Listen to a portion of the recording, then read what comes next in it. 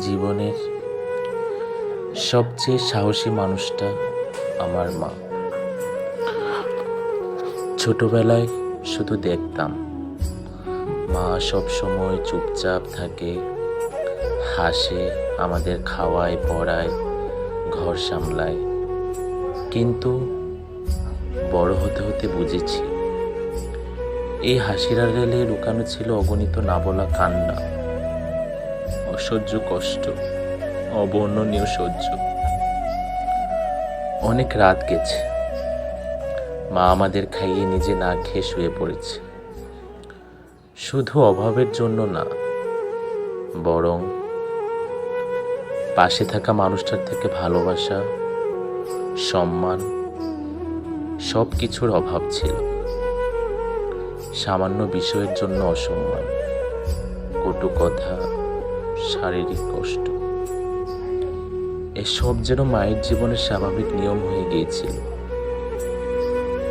তবু কখনো নিজের মুখ দিয়ে কষ্টের কথা বলেনি। আমাদের চোখে পানি আসবে এই ভয়ে হয়তো। একজন নারী, একজন মা কি অসীম শক্তির অধিকারী হলে এতটা সহ্য করতে পারে?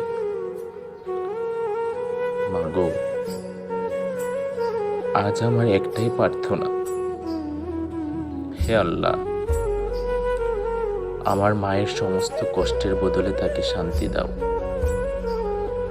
আমাকে সেই সামর্থ্য দাও যেন আমি তার মুখে সেই হারিয়ে যাওয়া হাসিটা ফিরিয়ে আনতে পারি। যেন সে বুঝতে পারে তাকে ভালোবাসা ও সম্মান দেওয়ার মতো মানুষ তার জীবনেও আছে। মা, আমি জানি তুমি অনেক কেঁদেছ, অনেক সহ্য করেছ। তোমার এই ছেলেটা কথা দিচ্ছে, তোমার বাকিটা জীবন হবে শান্তির, ভালোবাসার আর সম্মানের। ভালোবাসি মা, জীবনের চেয়েও বেশি ভালোবাসি।